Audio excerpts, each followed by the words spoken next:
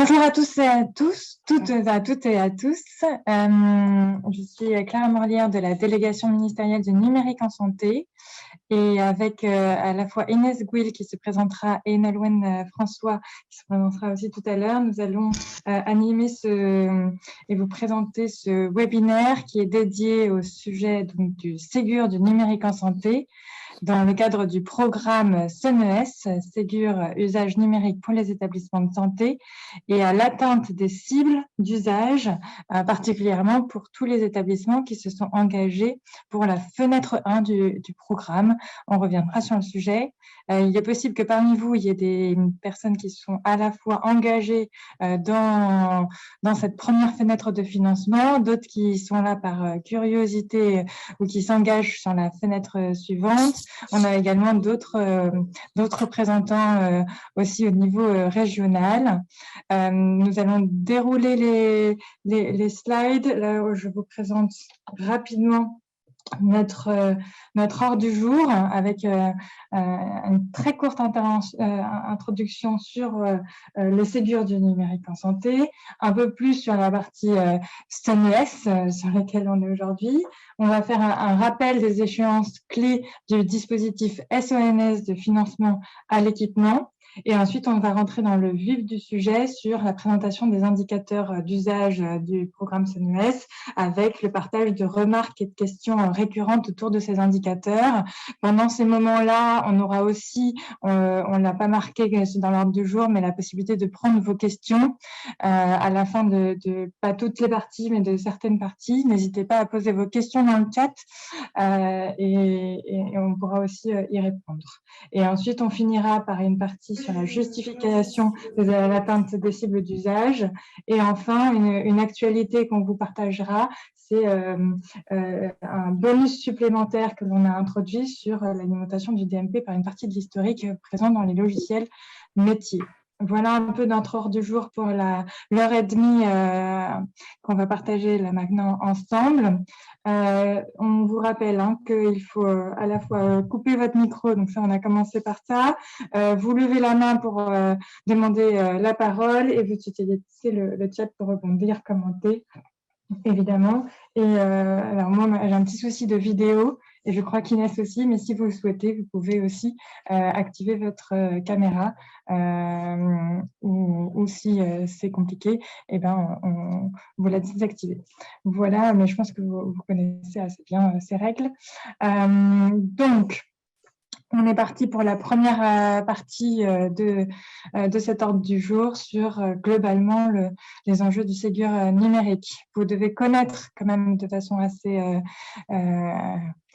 générale ces éléments-là, mais on souhaitait quand même revenir dessus pour vous rappeler les enjeux et les objectifs de ce Ségur numérique qui représente un investissement historique de 2 milliards d'euros avec 1,4 pour la partie sanitaire sur donc 3 ans.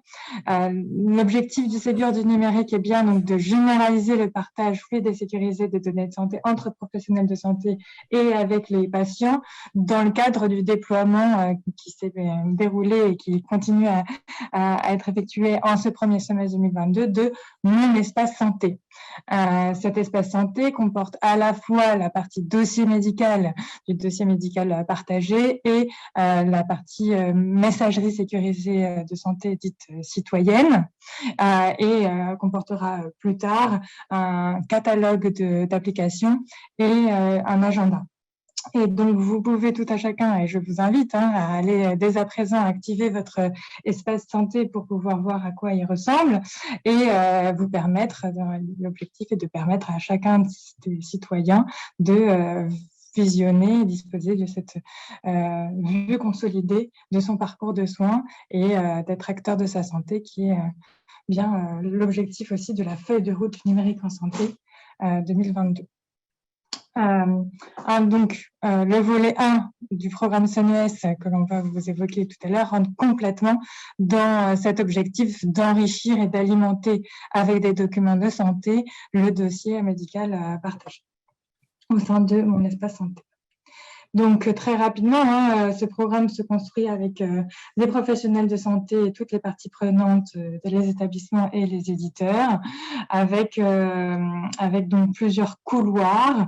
Et donc, aujourd'hui, on s'intéresse particulièrement aux couloirs établissements de santé qui concernent bien tous les établissements, quel que soit leur statut juridique et leurs activités vitales. Et vous retrouvez ici à la fois mon espace santé au cœur du système, avec le fait de vouloir justement partager ces informations avec une identité nationale de santé qui permet justement de retrouver ces informations-là par patient. Par rapport à ces différents leviers pour atteindre ces objectifs et activer tous les cas d'usage possibles, on a mis en place à la fois une partie volet logiciel, financement à l'équipement, que vous retrouvez ici, qui s'appelle le dispositif SONS que vous évoquera Nolwenn tout à l'heure, donc le dispositif d'achat pour compte de l'État pour les établissements de santé.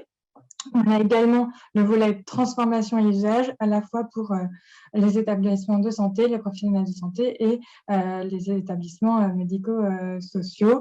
Et donc aujourd'hui, on est évidemment beaucoup plus sur le programme SONS. Voilà, là, on parle bien des mesures financières. Voilà. Après, je laisserai Inès parler plus spécifiquement de la partie SONES. Et donc, je te laisse la main, Inès. Bonjour à toutes et à tous. J'espère que vous m'entendez bien. Clara, c'est OK de ton côté? Tu m'entends? Oui, je t'entends très bien. OK, super. Bonjour et merci à vous d'être aussi nombreux à ce webinaire, donc, comme le disait Clara, dédié à un échange autour de l'atteinte des cibles d'usage sur le volet 1 alimentation du DMP. Dans le cadre de ce webinaire, juste pour introduction et pour rappel, on n'abordera pas les indicateurs d'usage du volet 2, mais exclusivement ceux du volet 1. Donc, si vous pouvez couper vos micros, s'il vous plaît, je vous remercie par avance. Donc, le programme SONES, il s'inscrit dans les grands principes du Ségur numérique tels qu'ils vous ont été décrits par Clara. C'est un financement direct aux établissements sanitaires et exclusivement aux établissements sanitaires, puisque la cible médico-sociale est adressée par ailleurs par le programme ESMS numérique. Ce financement est conditionné à un certain nombre de règles, dont notamment, et vous en avez sûrement entendu parler par le biais de vos ARS, l'atteinte d'un certain nombre de prérequis. Lorsque vous avez atteint ces prérequis, donc vous êtes éligible pour faire partie du programme SONES. On vous attribue une première partie de votre montant forfaitaire et le solde du montant forfaitaire qu'on vous doit, eh bien celui-ci vous sera versé uniquement à l'atteinte de cibles d'usage. Cette logique s'inscrit dans la logique que le programme Open, qui est également du coup un programme basé sur l'atteinte de cibles d'usage. Donc pour ceux qui étaient embarqués dans Open, voilà, ce type de fonctionnement doit vous être familier. Donc l'objectif, c'est bien de développer l'échange et le partage de données de santé de manière sécurisée. Et pour ce faire, eh bien, cela nécessite de développer l'usage des outils socles que sont le DMP, la messagerie sécurisée de santé professionnelle et citoyenne, et la sécurisation de l'envoi de ces documents par les deux services socles que je viens de vous citer, eh bien, elle s'incarne par le fait d'apposer dans ces documents une identité nationale de santé qualifiée. L'objectif étant, vous l'avez compris, d'alimenter mon espace santé, puisque le DMP, la messagerie sécurisée de santé citoyenne, sont deux vecteurs d'alimentation de mon espace santé. Donc, le programme SONES se place dans la continuité du programme Open, je vous l'ai dit en introduction. Tous les établissements de santé sont éligibles, quel que soit leur statut juridique ou leur activité. Et l'éligibilité, en tout cas la condition d'entrée au programme SONES, elle se résume exclusivement par l'atteinte de 6 prérequis identifiés pour le volet 1. Et donc, si vous avez bénéficié par le passé de financements tels qu'Hôpital Numérique Open, eh bien, ces financements, en fait, ne constituent pas de critères d'exclusion au programme SONES. Donc, on est vraiment ici, entre guillemets, dans une dimension universelle où tous les établissements sont éligibles à la condition qu'ils respectent l'atteinte d'exigences de prérequis. En termes de gouvernance, donc, nous avons l'ADNS, la délégation du numérique en santé, qui pilote le Ségur numérique dans sa totalité. Le Ségur numérique étant composé de plusieurs programmes. Parmi ces programmes figure le programme de financement destiné aux établissements sanitaires qui s'appelle SONES. Et l'ADNS a confié le pilotage opérationnel du programme SONES à la DGOS, qui s'appuie en région sur les agences régionales de santé. Donc les ARS, chacune des ARS dispose d'un référent SONES, voire plusieurs, et donc ces référents-là doivent constituer vraiment vos relais de proximité à mobiliser en première intention. Si on regarde donc en termes de budget, donc le programme SONES est doté d'un budget de 210 millions d'euros, ventilé autour des deux objectifs d'usage que je viens de vous souligner en introduction, à savoir l'alimentation du DMP volet 1, et c'est ce volet qui va faire l'objet de notre échange aujourd'hui sur les indicateurs d'usage, et un deuxième volet que l'on lance à travers la deuxième fenêtre de financement et pour laquelle d'ailleurs la période de candidature est ouverte jusqu'au 30 avril et qui est dédié à l'usage de la messagerie sécurisée de santé professionnelle et citoyenne. Voilà. À ce stade, je n'irai pas plus loin puisqu'on va rentrer plus en détail dans chacun des domaines du volet 1. Juste pour vous dire que sur le volet 2, le volet 2 a démarré par ce qu'on appelle une phase d'expérimentation. Pourquoi ? Puisque le volet 2 introduit la messagerie sécurisée de santé citoyenne qui est nouvelle. Et donc, avant de généraliser le déploiement de cette approche, nous avons voulu développer une expérimentation qui s'est conduite sur la fin d'année 2021. Et donc là, depuis 2022, on propose aux établissements qui souhaitent s'engager dans le volet 2 de déployer la MSS citoyenne en y associant des cibles d'usage. Voilà, et donc du coup, les établissements qui sont intéressés également pourront candidater dès cette fenêtre de financement au volet 2. Alors, je vous parlais effectivement du formulaire de candidature, donc un petit rappel qui a son importance puisque les jours filent à une vitesse. On est bientôt au 30 avril et donc on voulait vous rappeler que tous les établissements qui souhaitent candidater au volet 1 ou au volet 2 ou au volet 1 et 2 peuvent utiliser le formulaire de candidature qui a été créé à cet effet dans l'outil Démarche simplifiée. Et donc, nous vous avons mis le lien URL à utiliser pour pouvoir candidater et vous avez jusqu'au 30 avril. Ce formulaire donc, vous permet de candidater soit au volet 1, je rappelle, soit au volet 2, soit aux deux volets simultanément. Ça, c'est en fonction de votre stratégie. Et vous disposez également d'un guide pour les établissements qui ne connaissent pas cet outil. Nous vous proposons un guide d'aide à la prise en main de démarches simplifiées. Mais de manière générale, démarche simplifiée, c'est un outil très très simple. Il vous suffit soit, si vous avez déjà un compte usager, de l'utiliser, sinon de créer un compte usager. Et en cliquant sur le lien URL, vous tomberez directement sur un formulaire de candidature en ligne dans lequel on vous demandera de saisir un certain nombre d'informations d'identification et surtout de nous préciser vos choix de candidature, les dates pressenties d'atteinte des cibles d'usage et de signaler si vous avez atteint les prérequis. En sus de ce formulaire de candidature, bien entendu, il vous faudra aller sur l'OSIS pour pouvoir télécharger les pièces justificatives qui attestent de la bonne atteinte des prérequis. Voilà pour la petite partie introductive à deux voix DNS DGOS et du coup, je laisse la parole à l'ANS et à Nolwenn pour vous rappeler quelques échéances clés sur le sens. Bonjour, j'espère que vous m'entendez bien. Et je mets ma caméra, je ne sais pas si vous me voyez.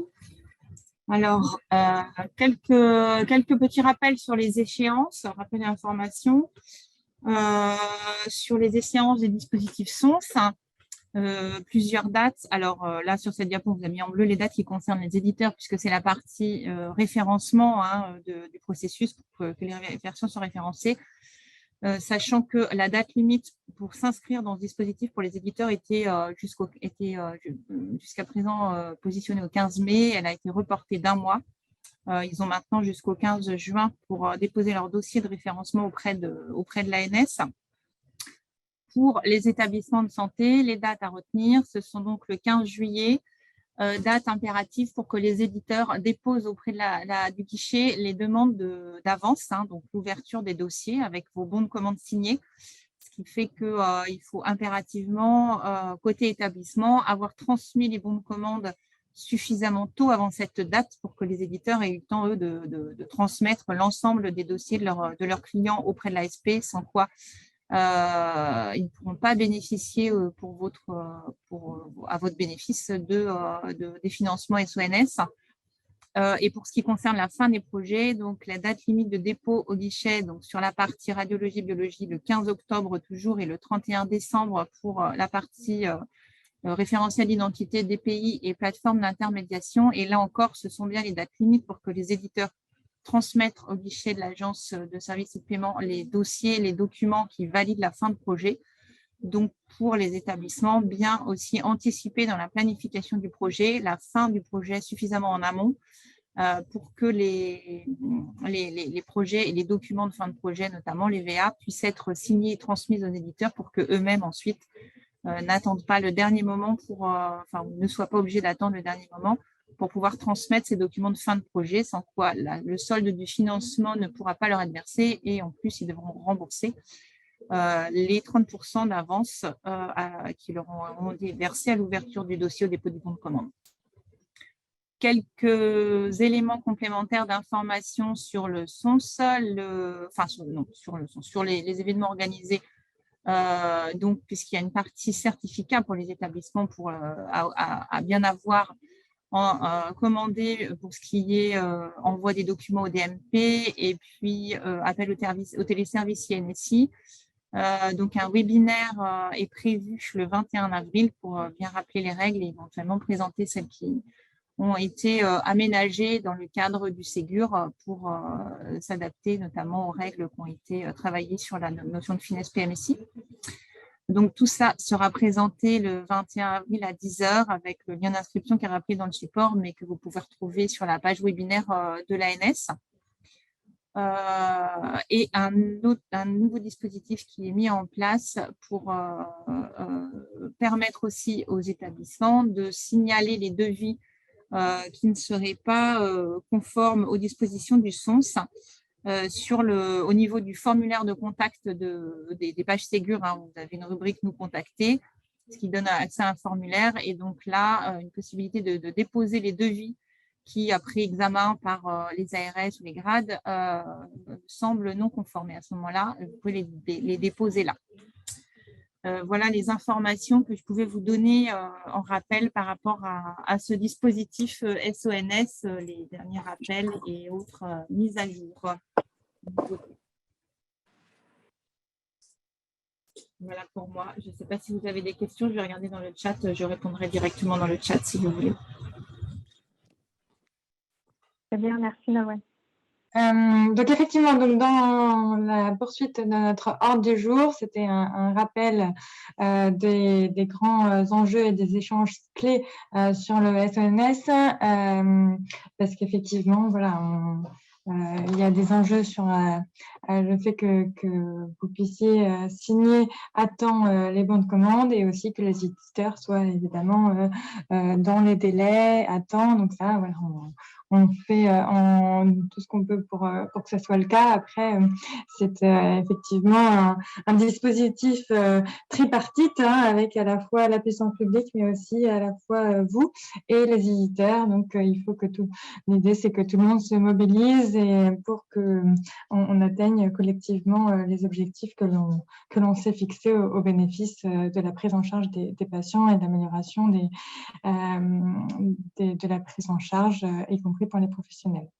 Donc, sur la partie programme CNES, le rappel des indicateurs, présentation des indicateurs du volet 1, alimentation du DMP, puisque c'est l'objet de ce webinaire.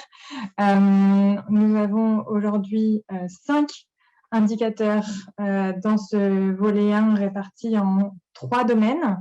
3 domaines qui sont, en fait, les 3 premiers correspondent au domaine 1, document de sortie, avec l'alimentation du DMP en lettres de liaison de sortie.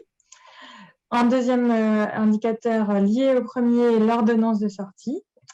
Un troisième indicateur qui est un bonus sur l'alimentation du DMP en compte-rendu opératoire. Et là, quand on détaillera, on précise que c'est bien pour les établissements qui sont concernés et qui effectivement produisent des comptes rendus opératoires. À la fin de ce webinaire, je vous parlerai donc d'un quatrième indicateur pour le domaine 1 que je n'ai pas mis ici puisque c'est un nouvel indicateur. Donc, on n'a pas voulu faire tout mélanger, mais c'est un bonus supplémentaire. Donc, restez jusqu'à la fin pour en savoir plus. Et domaine 2 sur l'alimentation en compte rendu de biologie et domaine 3 sur les comptes rendus d'imagerie. À savoir donc que tous les documents sont en format CDA R2 niveau 1 que l'on attend en termes d'alimentation, excepté du compte rendu de biologie qui, pour des raisons assez évidentes de praticité, d'efficience, de productivité et enfin, c'est pas le bon terme, mais de simplification, est aussi demandé en format CDA R2 niveau 3. On y reviendra. Donc ça, c'est les 5 indicateurs du programme SONES volet 1 tels que présentés pour tous les établissements de la fenêtre 1. Et donc, on vous rappelle chacun des indicateurs par leur définition, leur lien avec Open et leur période d'observation. Peut-être précision avant, tous ces éléments-là, vous les retrouvez dans le guide des indicateurs d'usage que vous retrouvez sur la page du programme SONES. Inès, je ne sais pas si tu voulais dire un mot ou si je déroule ces éléments-là. Non, je te laisse dérouler, je reviendrai dessus dans la séquence dédiée. Donc, premier indicateur sur l'alimentation du DMP en lettres de liaison de sortie. On calcule bien le taux de séjour pour lequel le DMP a été alimenté avec, donc, comme je disais juste avant, un format CDA R2 niveau 1 pour ces lettres de sortie avec une INS qualifiée. Dans la définition, je vous ai remis le calcul qui sera effectué au niveau des établissements. Donc, c'est bien ce nombre de séjours, comme c'est un pourcentage, ce nombre de séjours pour lequel cette lettre de liaison a été envoyée au DMP donc divisé par le nombre de séjours pour des patients qui disposent d'un DMP à leur admission. Effectivement, on a conservé ce dénominateur par rapport aux patients qui disposent d'un DMP à leur admission, qui permet donc de ne pas être dépendant du déploiement de mon espace santé, bien que, évidemment, avec l'augmentation drastique du nombre de DMP grâce à l'ouverture massive de mon espace santé, ça sera bien plus significatif par rapport à ce qui a été fait jusqu'à présent. Cette lettre de liaison de sortie doit répondre à 2 conditions que je viens d'évoquer, le format et le fait d'intégrer l'INS qualifié du patient. Par rapport à Open, qui était déjà, donc il y avait un indicateur, le D6-1, que connaît bien mieux Inès que moi, c'était déjà présent, mais avec donc 2 évolutions. Le fait que c'est vraiment orienté sur la lettre de liaison et avec l'INS qualifié. Et on reviendra particulièrement sur le sujet de la période d'observation. Aujourd'hui, tous les indicateurs du programme SONES sont évalués sur une période de 1 mois.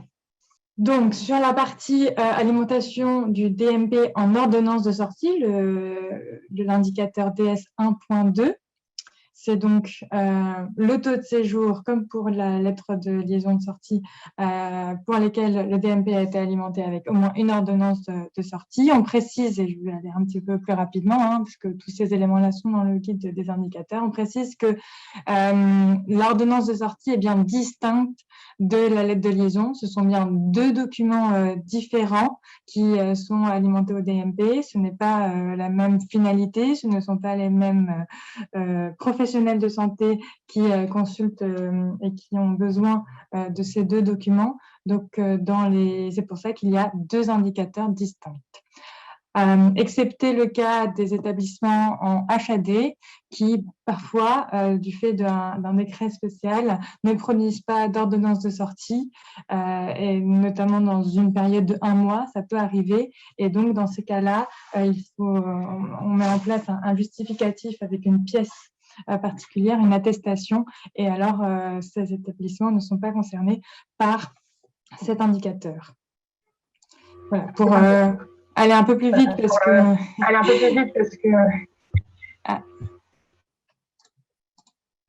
voilà, pour ne pas pour permettre aussi les discussions derrière. Là, c'est donc l'indicateur bonus où on reprend les éléments des deux précédents, mais simplement on change par le fait que ça soit bien le compte rendu opératoire et que c'est seulement les établissements ayant une activité de chirurgie qui sont concernés. Si on passe maintenant au domaine 2, sur l'alimentation en compte-rendu de biologie médicale, comme je disais tout à l'heure, c'est le seul document que l'on demande en format structuré.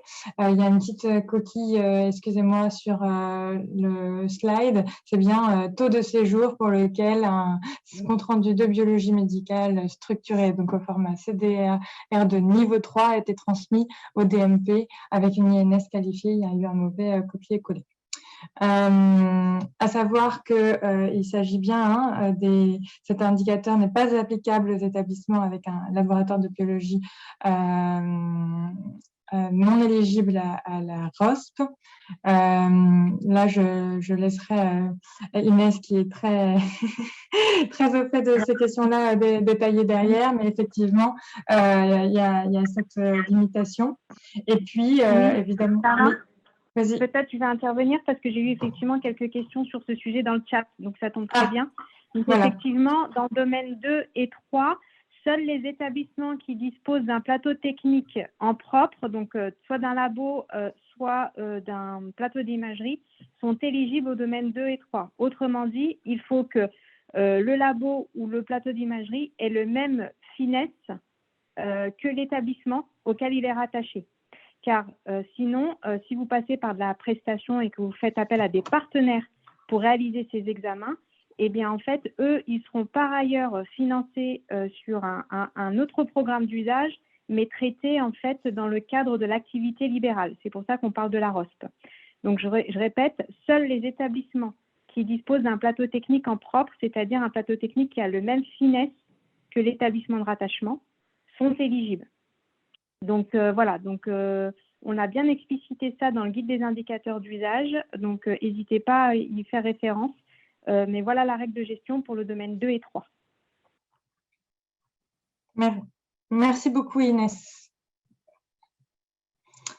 Voilà, je pense que,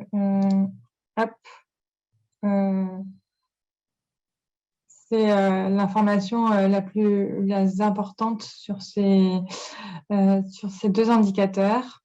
Derrière, en fait, on vous expliquera qu'on ne calcule pas exactement la même chose. En effet, là, on est bien sur un taux de compte-rendu de biologie ou d'imagerie qui sont transmis au DMP et non plus sur un taux de séjour. Mais là, on a des slides dédiés qui permettra de mieux comprendre ce qu'on entend par cette différence-là. Donc, je propose de ne pas s'attarder pour l'instant sur ce point. Voilà. Sauf si Inès, tu voulais rajouter des éléments, mais je crois qu'on a quand même pas mal de choses derrière. Je vais passer à la logique. Peut-être juste rebondir du coup sur une question, hein, comme ça nous permet aussi d'épurer les questions au fil je regarde pas un peu direct. Oui, comme ça en mode projection, c'est normal. Donc effectivement, on est bien sur non pas les images, mais sur les comptes rendus d'examen d'imagerie. D'accord ? Donc voilà, il faut considérer uniquement les comptes rendus d'examen d'imagerie. Et sur la biologie et l'imagerie, bien entendu, il y a des cas pour lesquels, effectivement, il n'est pas opportun d'alimenter le DMP d'un certain nombre de documents. Donc, c'est-à-dire, on viendra là-dessus après, mais je pense notamment dans le cadre d'annonce, voilà, il il y a potentiellement des comptes rendus d'examen qu'on ne souhaite pas rendre visibles directement du patient sans avoir eu une réunion avec lui, enfin un échange avec lui avant. De même pour la biologie, tous les examens de bio relatifs par exemple à la réanimation n'ont pas nécessairement vocation à alimenter le DMP. Et donc, c'est pour ça que, par exemple, si on prend l'exemple de la biologie, si tu reviens sur la slide précédente, quand on entend par dénominateur nombre de comptes rendus de biologie médicale, il faut comprendre, bien sûr, les comptes rendus de biologie médicale que vous avez réalisés au sein de votre établissement, hein, puisque seuls ces établissements sont éligibles, qui ne font pas l'objet d'une décision de non-transmission et qui concernent les patients disposant d'un DMP à leur admission. Donc voilà, donc il faut bien entendu, en fonction du document, de son caractère confidentiel et sensible, vous pouvez bien entendu trier sur le dénominateur les comptes rendus qui ont vocation à aller dans le DMP et donc à être visibles du patient dans le cadre de mon espace santé. Voilà, effectivement, en plus, il y a quelqu'un qui évoque dans le chat que j'ai pu regarder entre-temps qu'il est possible effectivement de masquer les documents. Enfin, c'est plutôt en termes du coup TMP, c'est de les rendre invisibles en attendant la consultation d'annonce. En effet, le terme masqué est aussi utilisé dans le cadre où le document a été alimenté dans le DMP de mon espace santé et le patient peut le masquer à certains professionnels de santé. Voilà.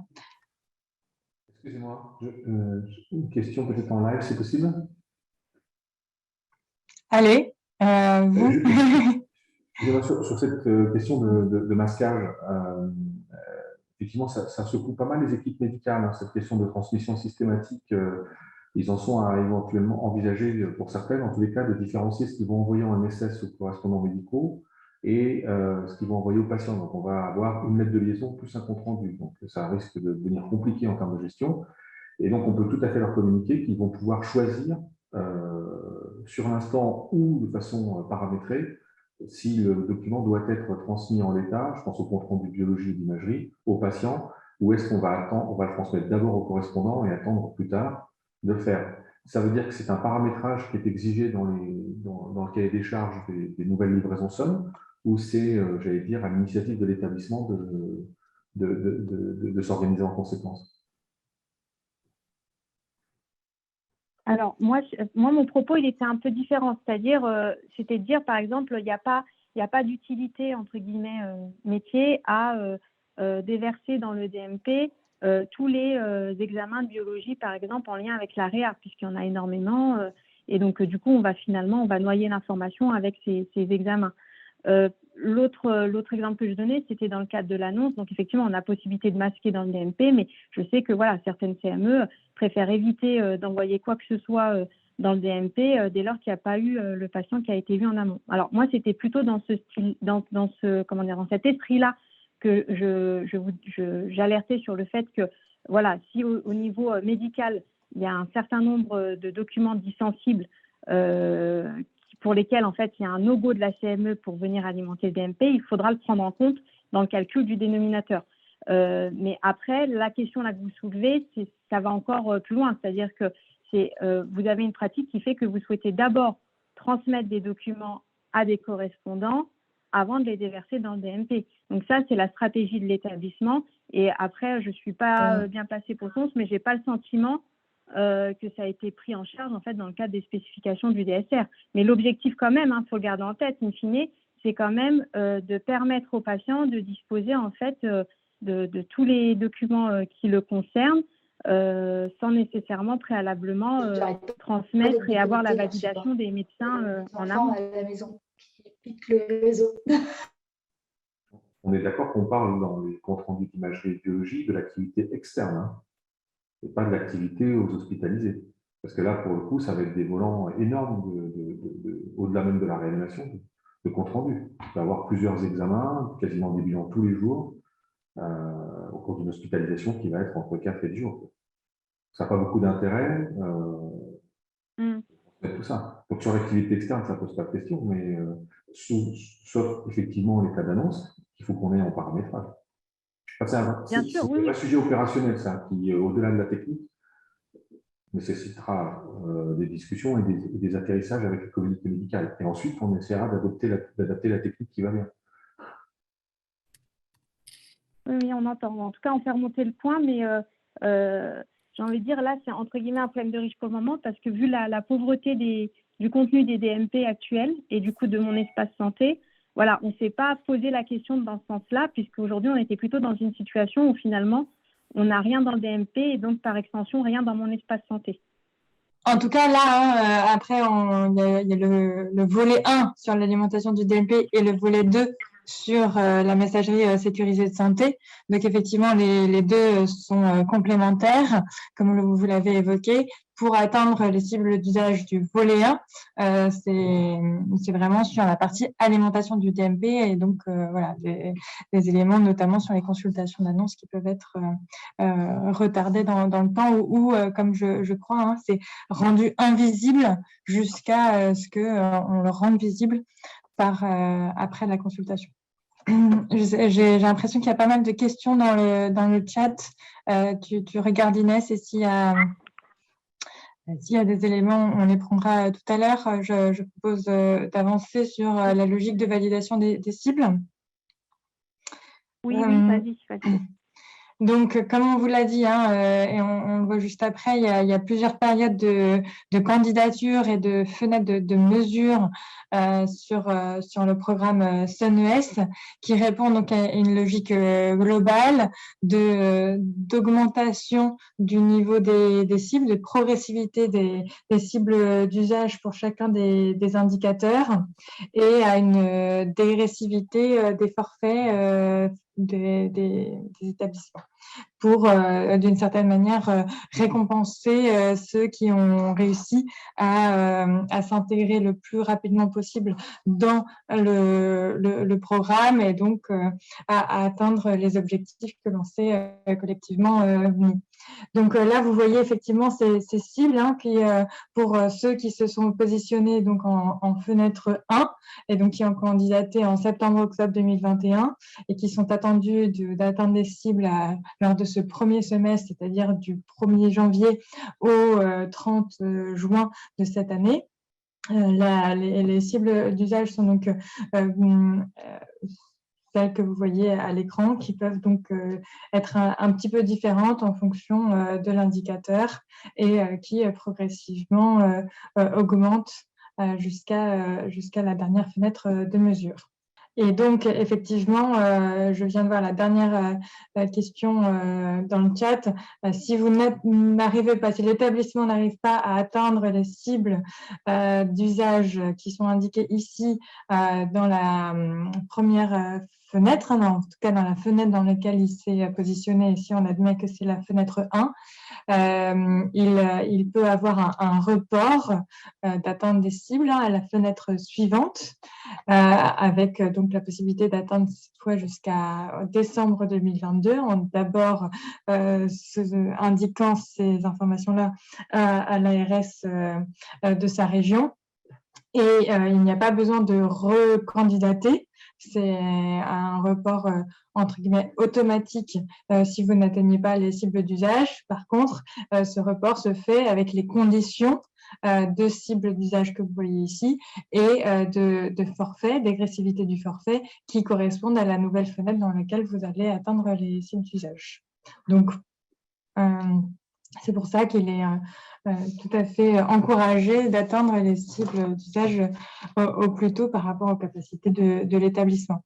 Derrière, si l'établissement n'arrive finalement pas, pour de multiples raisons, à atteindre les cibles d'ici fin 2022, il est possible de recandidater pour la fenêtre suivante. Voilà. Et ce, donc, peu importe les raisons, en effet, parce qu'il peut y avoir tout à fait de multiples raisons qui amènent l'établissement à devoir repousser d'une fenêtre. Donc, voilà pour cette partie. Soit il y a des questions maintenant, soit on passe à la suite parce que je crois qu'il y a pas mal de questions dans le chat auxquelles on répond dans les slides suivantes. Donc, je vais te passer la parole, Inès. Oui, oui, je te confirme, il y a pas mal de questions. Alors, merci, hein, vous êtes très actifs sur le chat. C'est pas très simple de répondre à tout le monde, mais on va essayer de faire du mieux qu'on peut. Et surtout, je pense que dans la partie qui arrive, je pense que ça va répondre à pas mal des questions qui sont dans le chat.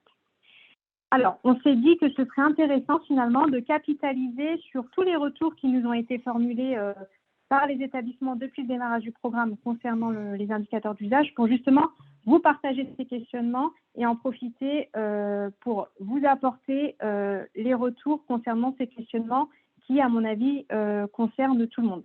Donc, peut-être un petit point d'entrée pour rappeler l'alimentation, en tout cas, dans quel cadre réglementaire s'inscrit l'alimentation du DMP.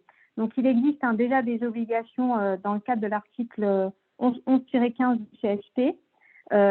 Et donc, dans cette réglementation, on dit bien que chaque professionnel de santé, quel que soit son mode et son lieu d'exercice, doit reporter dans le dossier médical partagé, à l'occasion de chaque acte ou consultation, les éléments diagnostiques et thérapeutiques nécessaires à la coordination des soins de la personne prise en charge, dont la liste est fixée par arrêté du ministre chargé de la Santé. Voilà. Et donc, chaque professionnel doit également envoyer par messagerie sécurisée ces documents au médecin traitant, au médecin prescripteur s'il y a lieu, à tout professionnel dont l'intervention dans la prise en charge du patient lui paraît pertinente, ainsi qu'au patient. Donc, va venir, en tout cas, cet article-là. Peut-être, Clara, tu peux en dire quelques mots. Il y a un arrêté à ce sujet-là qui va venir justement renforcer les obligations en termes d'alimentation du DMP. Oui, tout à fait. Alors, il n'est pas encore, il n'est pas encore publié, mais comme il a été effectivement donné dans la loi que ça serait fixé par arrêté du ministre, il y a eu une concertation avec l'ensemble des fédérations hospitalières, mais aussi syndicats de professionnels de santé pour cet arrêté qui a donc été finalisé et qui est maintenant dans les tuyaux pour être publié prochainement.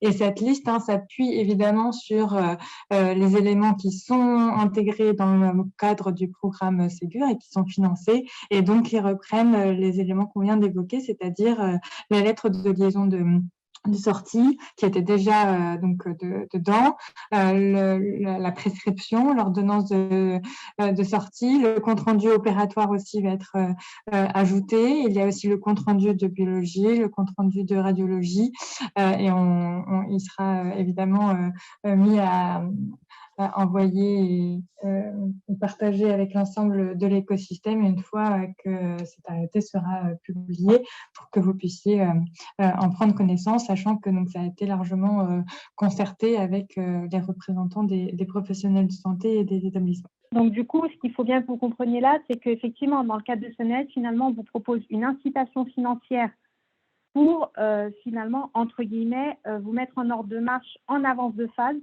par rapport à la réglementation qui va suivre. Donc voilà, il faut le voir comme une opportunité, justement, ce NES, à quelque chose finalement qui va s'imposer à tous dans quelques mois. Donc voilà, on voulait vous faire passer ce mot-là parce que c'est vrai que c'est important de l'avoir en tête. Si on passe du coup sur la slide suivante, pareil, on a eu pas mal de questionnements autour de la notion de récupération de l'INS. Donc en fait, initialement, à la construction du programme, on avait réalisé un certain nombre de documents pédagogiques. Et donc, dans ces documents pédagogiques, pour être très transparent avec les établissements, on avait expliqué en fait la démarche intellectuelle qui nous avait amené finalement à définir le seuil des cibles d'usage. Et donc, cette démarche-là a été bâtie sur le croisement entre la cible open par rapport au domaine 2 et 6 open et le taux moyen de récupération de l'INS qui était en fait identifié à hauteur de 50% sur la base des pilotes ANS qui avaient réalisé un rapport là-dessus.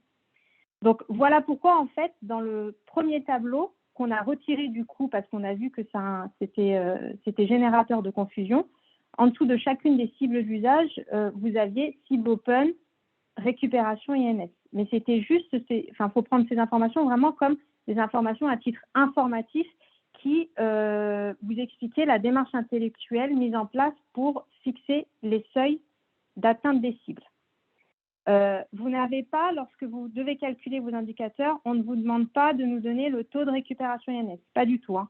Maintenant, en fait, on a changé le tableau et donc le tableau qui fait foi, c'est le deuxième que vous voyez en bas à droite, sur lequel vous retrouvez uniquement en fait les cibles d'usage et on ne vous demande pas de justifier en fait du taux de récupération INS.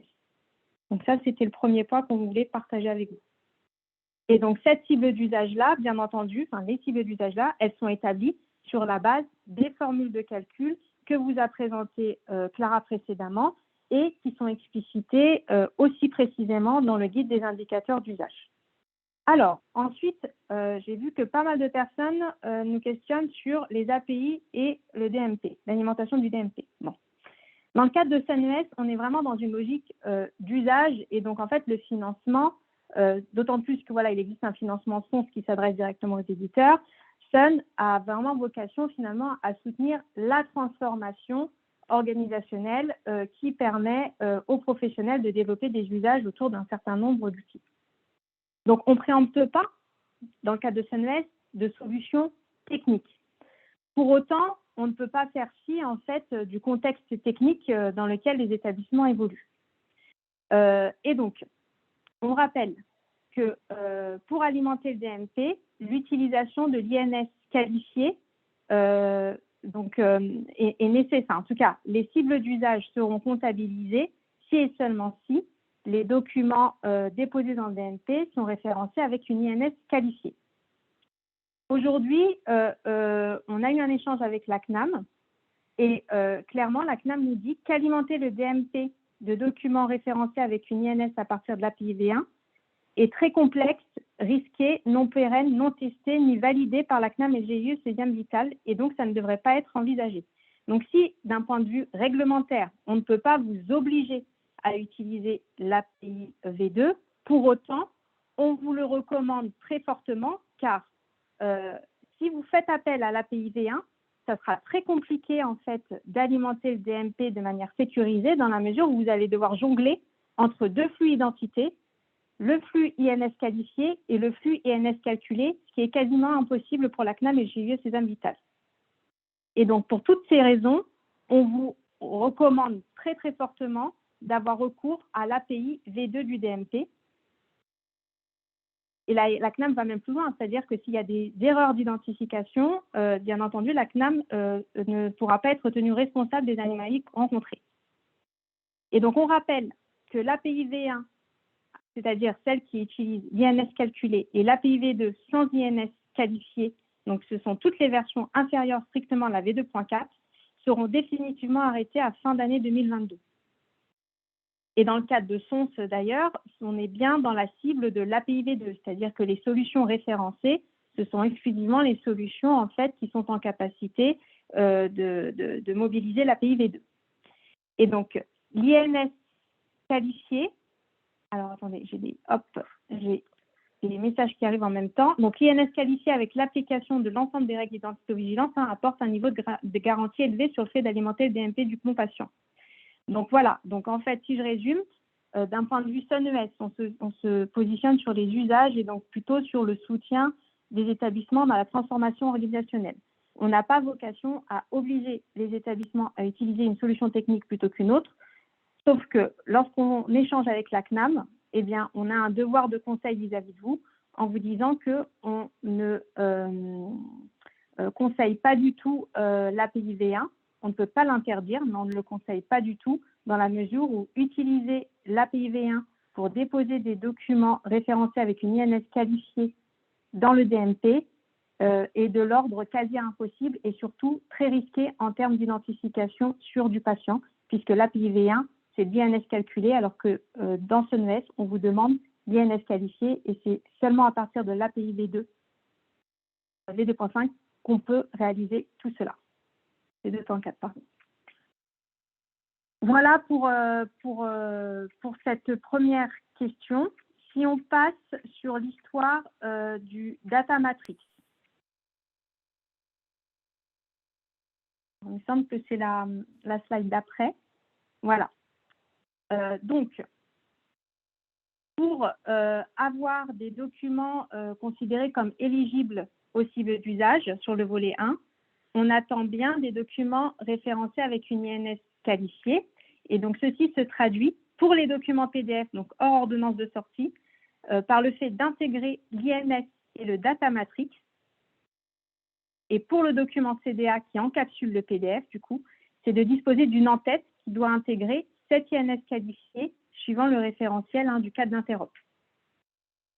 Donc, s'il n'y a pas de data matrix sur les documents que vous déposez dans le DMP, ce ne sont pas des documents au sens INS qualifié dans le cadre du programme SunES. Il faut bien avoir l'insertion du data matrix sur le document.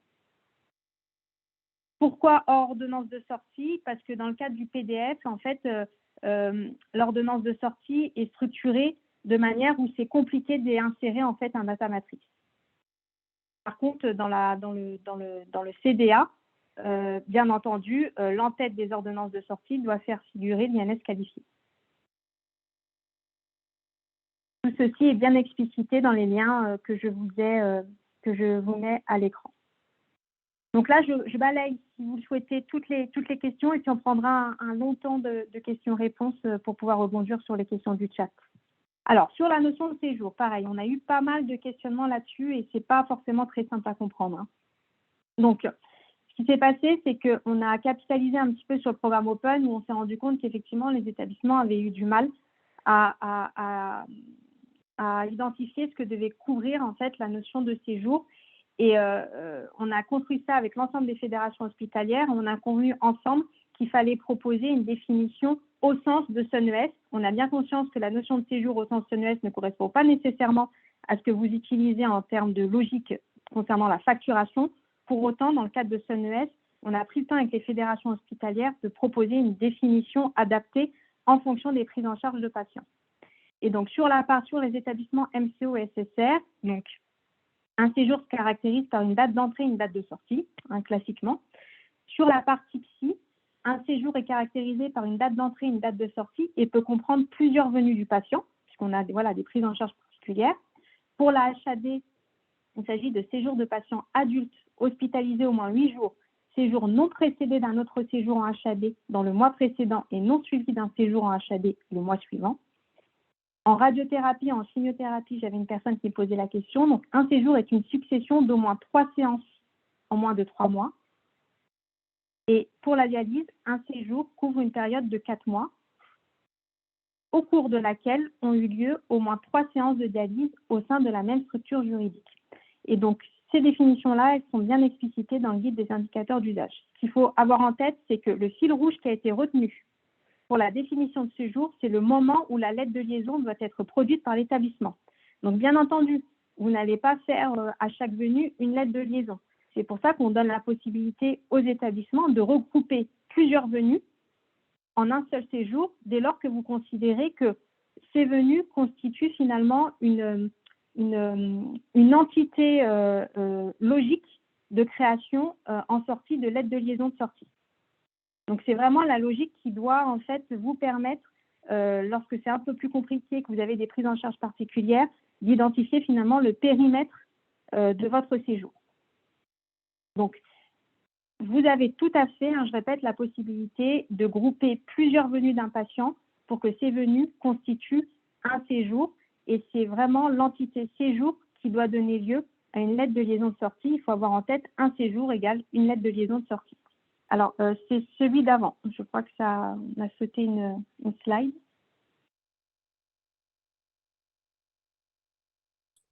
C'est pas celle-là? Ah oui, non, oui, c'est qu'il y a une petite coquille. Donc, c'est pas les examens, c'est comprendre les séjours. Pardon, on corrigera dans la slide, c'est comprendre les séjours à considérer dans le calcul des indicateurs du domaine 1.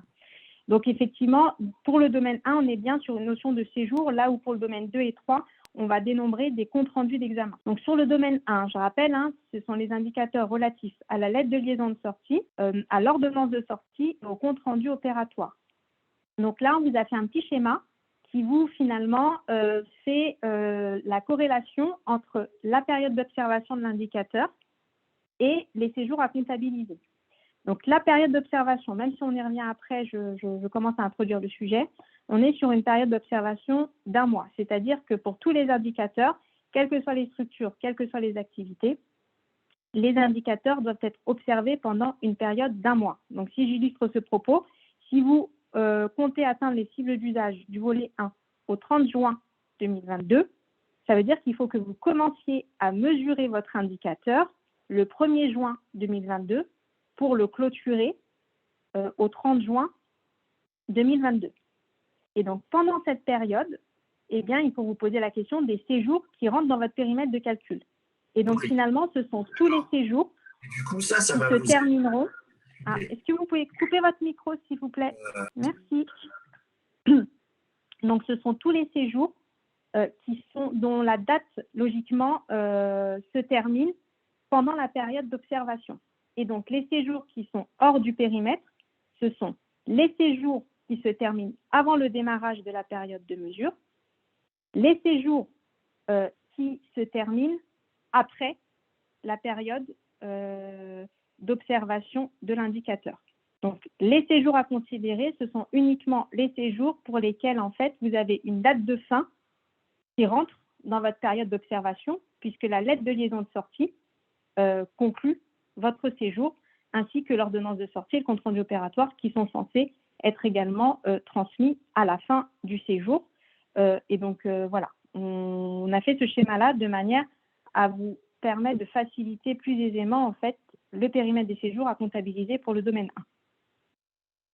Je ne sais pas si je suis très claire, s'il faudra revenir dessus, vous nous direz. Si on regarde sur les examens, donc là, on n'est plus sur des séjours à comptabiliser, mais des examens. Donc là, les examens, ce qu'il faut bien garder également à l'esprit, c'est que les examens concernés, ce sont ceux qui sont issus des séjours et ceux qui sont également issus des actes et consultations externes. Donc, c'est à la fois les séjours et les ACE. Et donc, les examens à considérer, eh bien, ce sont les examens, logiquement, qui sont produits pendant la période d'observation de l'indicateur. Donc, tous les examens produits avant le démarrage de la période d'observation ou après sont à exclure du périmètre de calcul.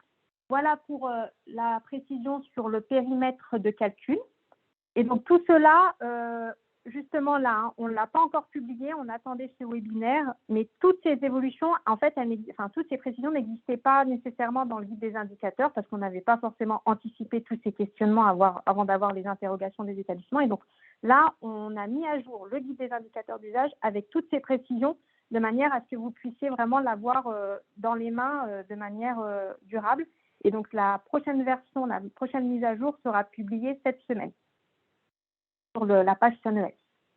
Sur l'ordonnance de sortie, on a eu également pas mal de questionnements. Donc, l'ordonnance de sortie peut-elle être incluse dans la lettre de liaison de sortie? Donc non, la lettre de liaison de sortie, elle est bien à distinguer de l'ordonnance de sortie, et ceci même si la LDL, bien entendu, intègre un encart traitement de sortie. D'un point de vue technique, comment ça se passe? C'est-à-dire que lorsque vous envoyez dans le DMP, vous typez le document que vous envoyez dans le DMP. Et donc, derrière, la CNAM est en capacité de nous dire par mois le nombre de types de documents que vous avez transmis au DMP. Donc, si en fait, vous considérez que la LDL, que l'ordonnance de sortie ou que la LDL se substitue l'une à l'autre, vous allez envoyer dans le DMP un document typé LDL, mais forcément, vous n'aurez pas de document typé ordonnance de sortie. Et donc, vous n'atteindrez pas le domaine 1, puisque pour atteindre le domaine 1, les types d'usage du domaine 1, il faut à la fois envoyer une lettre de liaison de sortie, des lettres de liaison de sortie, mais également des ordonnances de sortie avec une exception faite pour l'achat.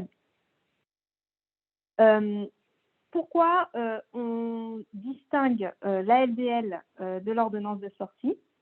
C'est parce que, d'une part, l'ordonnance de sortie que vous allez envoyer dans le DMP, c'est un document, je le rappelle, qui va être visible du patient et qui va pouvoir utiliser. Et donc, un patient peut, bien entendu, plus aisément utiliser une ordonnance de sortie pour se faire délivrer ses médicaments en officine qu'une lettre de liaison de sortie. Ça, c'est le premier point. Le deuxième point, c'est que la LDL, c'est avant tout un support d'échange entre professionnels. Et donc, ça n'a pas vocation à être utilisé par le patient pour se faire délivrer ses prescriptions. La LDL n'est pas toujours systématiquement disponible à la sortie de l'hospitalisation, même si réglementairement, il faudrait qu'elle soit prête à J0. On sait bien que dans la pratique, c'est un peu compliqué de concaténer toutes les informations du séjour d'hospitalisation et que ça peut prendre un peu plus de temps. Là où l'ordonnance de sortie l'est plus aisément et peut être utilisée plus rapidement par le patient. Et enfin, les prescriptions de sortie inscrites dans la LDL sont considérées finalement, en tout cas, les prescriptions, je veux dire à l'inverse, les prescriptions qui sont inscrites dans l'ordonnance de sortie sont considérées comme finalement le document originel de l'ordonnance de sortie, alors que si le patient utilise les éléments contenus dans la LDL, c'est plutôt considéré comme ça peut être considéré comme un duplicata et donc non recevable d'une officine. Donc, pour toutes ces raisons-là, l'ordonnance de sortie a toute sa place pour être un document à part entière qui doit alimenter le DMP.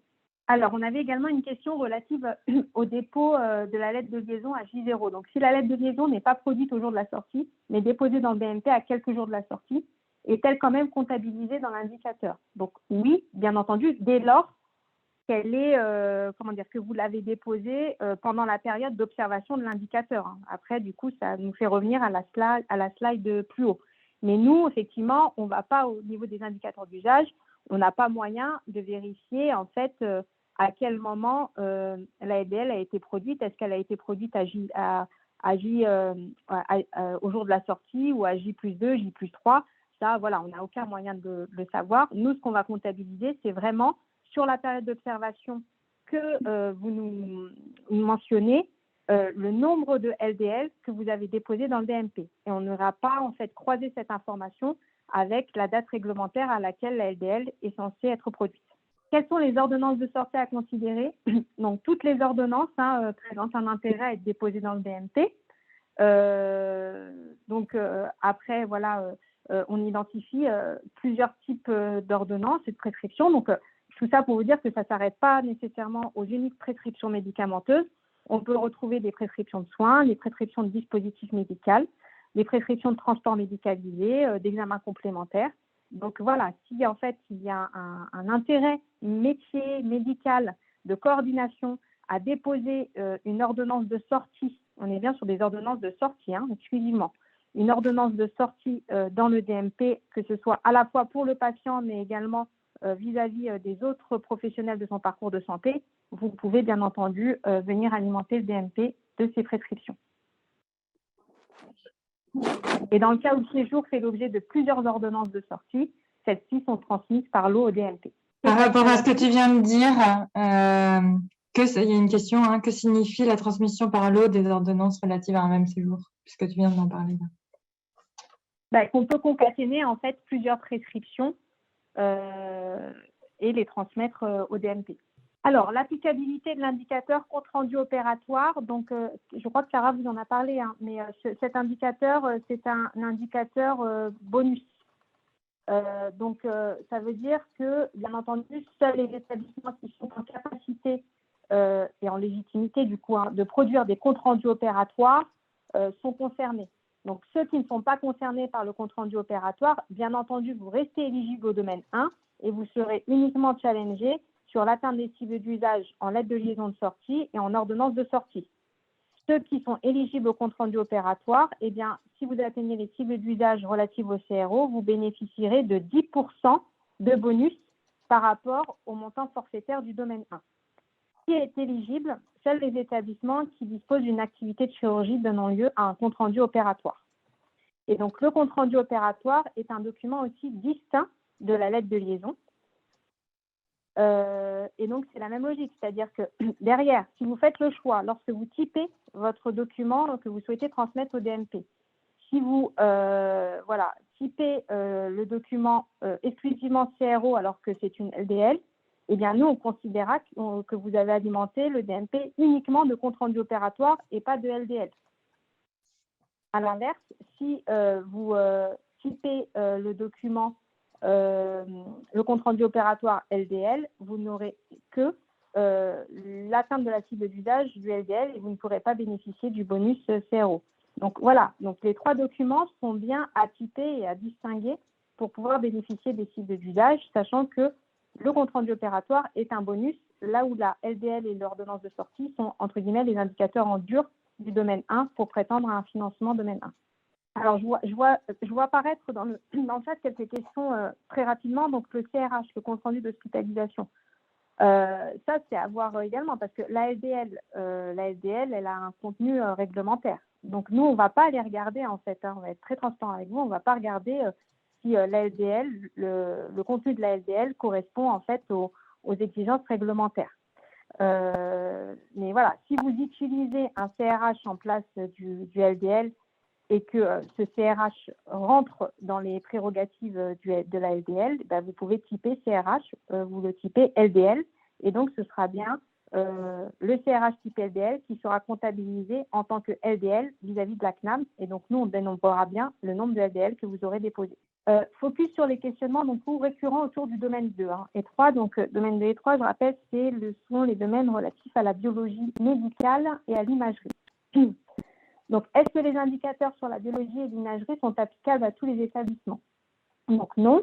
Ces indicateurs ne sont pas applicables à tous les établissements puisque, je l'avais dit en introduction, seuls les établissements qui disposent en propre d'un laboratoire de biologie ou d'un plateau d'imagerie en interne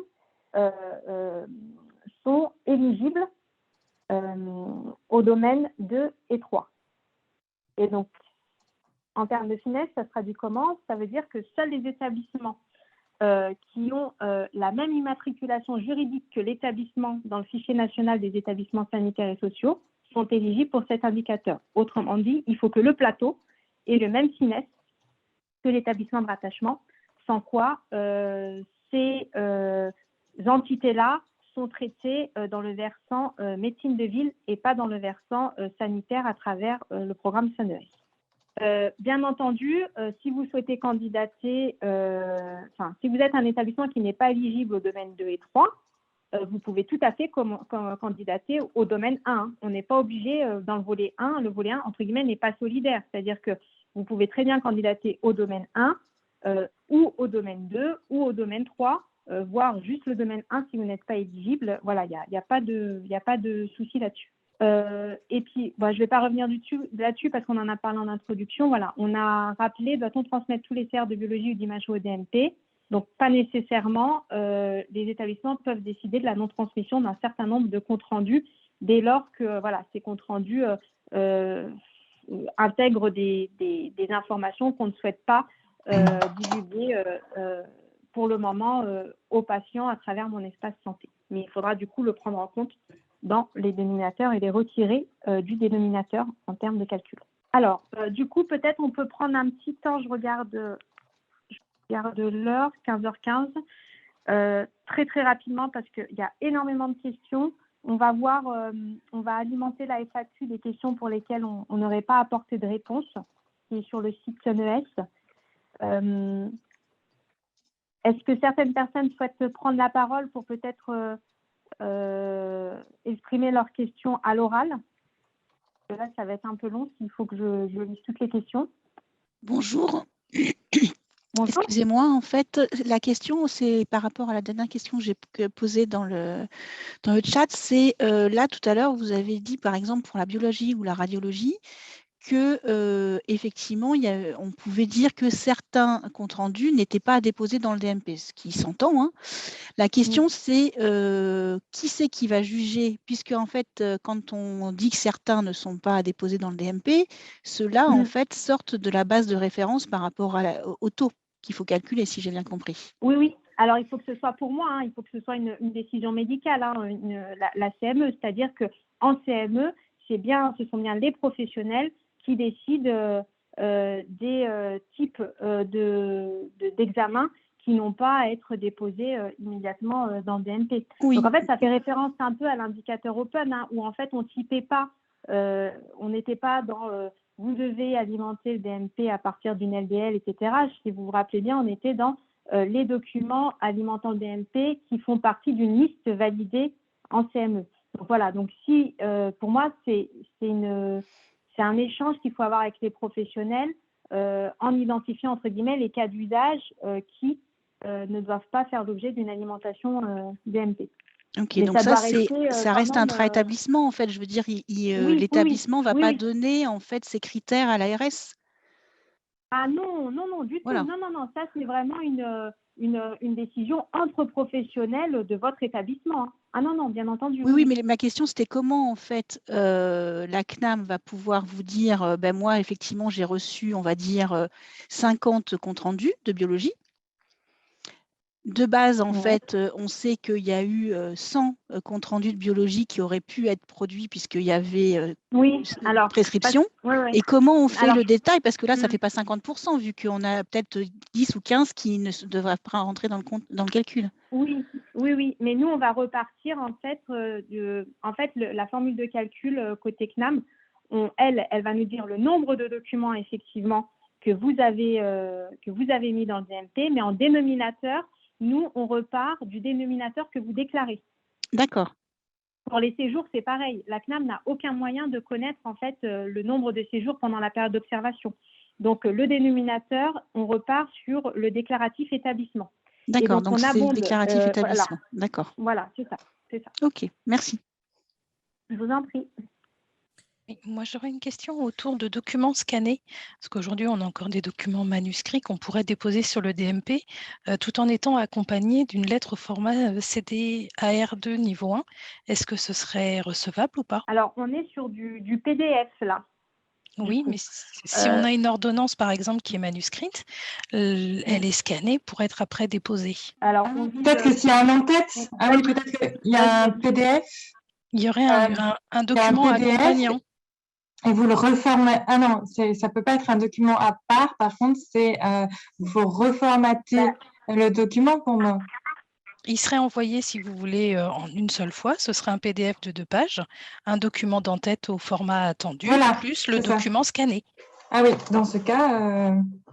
Est-ce que dans ce cas, c'est recevable? Moi, je ne sais pas vous répondre là, parce qu'effectivement, sur la partie ordonnance de sortie, on n'exige pas forcément le data matrix. Donc, par contre, sur le papier, vous avez l'INS du patient. Enfin, sur la partie manuscrite, vous n'aurez pas l'INS, parce qu'il faut quand même qu'on ait l'INS du patient sur l'ordonnance, même manuscrite. Vous ne l'aurez pas. C'est pour ça que pour moi, ce n'est pas recevable. Il faut que ce soit vraiment des ordonnances de sortie dématérialisées. D'accord. Au sens pas scanné, quoi. Ouais. Ok. Donc, pour la lettre de liaison, même chose, comme le CRO, même chose. Ah oui. On est vraiment sur le tout numérique, là. Hein. C'était une question, parce qu'il y a encore des pratiques papier-crayon. Ah non, alors pour le coup, c'était pas du tout une mauvaise remarque de ma part, c'était pour bien préciser que vraiment l'objectif, c'est vraiment de pousser la numérisation dans son extrême. Et donc, je vais quand même demander, on va quand même demander par acquis de conscience, mais pour moi, ce type de procédé ne peut pas être considéré comme un document éligible au sens, bien sûr, du programme SANES. D'accord. Merci. J'attends votre retour. Très bien, merci. Une question concernant les HAD. Vous avez mentionné en début d'intervention une exception sur un indicateur pour les HAD. Est-ce que vous pouvez revenir dessus pour nous expliquer si ça concerne toutes les HAD, tous les HAD, ou si ça dépend de la situation de l'HAD? Alors, ça va dépendre de la situation de la HAD dans le sens où, en fait, on a eu un long échange avec la FNEAD qui nous a remonté, en fait, le cadre réglementaire, finalement, des HAD en matière de pratique de prescription de sortie. Et donc, effectivement, en regardant ce cadre réglementaire-là, la responsabilité de la production de l'ordonnance de sortie, elle repose sur le médecin traitant. Donc, normalement, ce devrait être au médecin traitant de déposer l'ordonnance de sortie dans le DMP et pas à la HAD. Et donc, on comprend que pour certaines HAD, en tout cas, je pense que toutes les HAD peuvent être concernées, mais on va quand même préciser ce point-là. Les HAD qui ne réalisent pas de prescription de sortie du fait que ces prescriptions sont réalisées par les médecins traitants des patients ne peuvent pas, en fait, techniquement parlant, elles ne peuvent pas produire d'ordonnance de sortie. À ce titre, on ne pouvait pas leur faire peser cet indicateur alors que la pratique de prescription de sortie est portée par le médecin traitant. Mais on a compris quand même que lorsque, par exemple, le médecin traitant ne réalisait pas d'ordonnance de sortie, le médecin praticien pouvait le faire en place du médecin traitant. Et donc, si le médecin praticien réalise l'ordonnance de sortie, eh bien, dans ce cas-là, effectivement, on demandera à la HAD, puisque le médecin praticien est salarié de la HAD, de déposer cette ordonnance de sortie dans le DMP. Et donc, concrètement, comment ça va se traduire pour vous?